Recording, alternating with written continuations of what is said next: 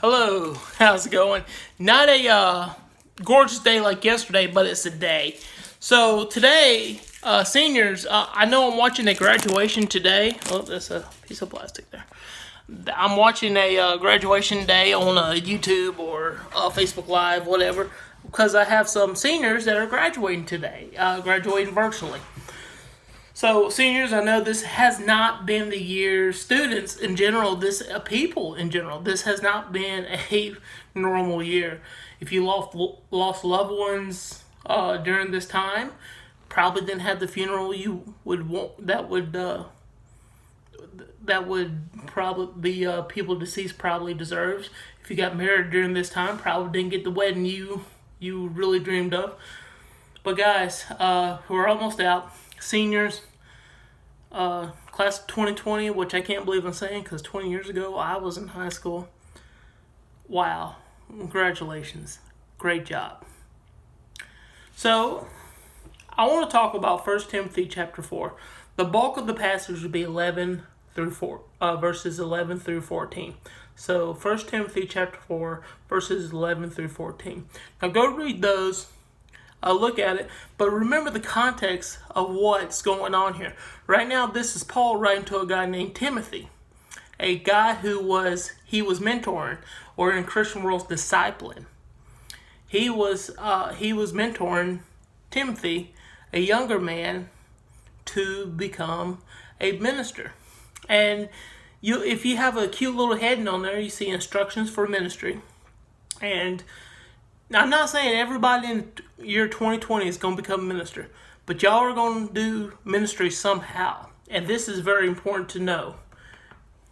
This is very important to know. And there's two things I want y'all to really get out of this.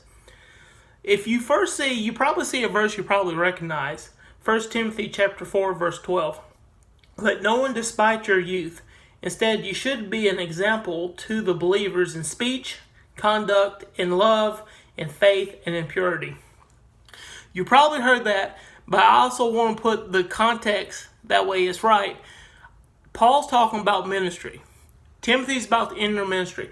Now, this is a good lesson for all your seniors now, who's going to go to college, who's probably picked up a trade, who's probably going straight to work. Whatever you're going to do, you're going to be the young one in the group.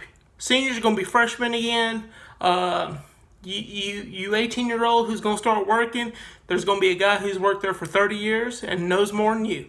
And that's just the way it's working. But let no one despise you in youth. Instead, you should be an example.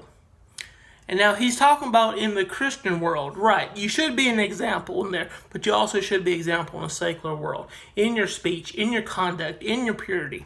This is the time you make hard decisions. This is the time you probably are free from your parents. Their morals are not on top of you like they shouldn't be, because now it's your turn to really show your conduct and your heart.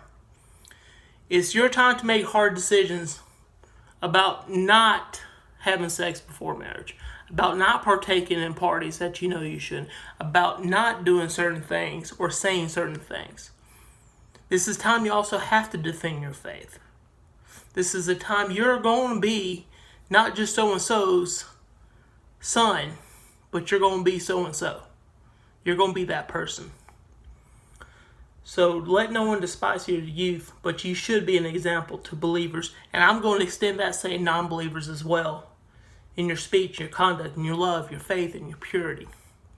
This is some really good advice Paul is giving Timothy about entering ministry, and it should be something you echo going into whatever you do. Verse 14 also has some real good advice. Do not neglect the gifts that it is in you. Now, if you finish that verse out, you'll see talk about prophecy and laying on the hands of the council of elders.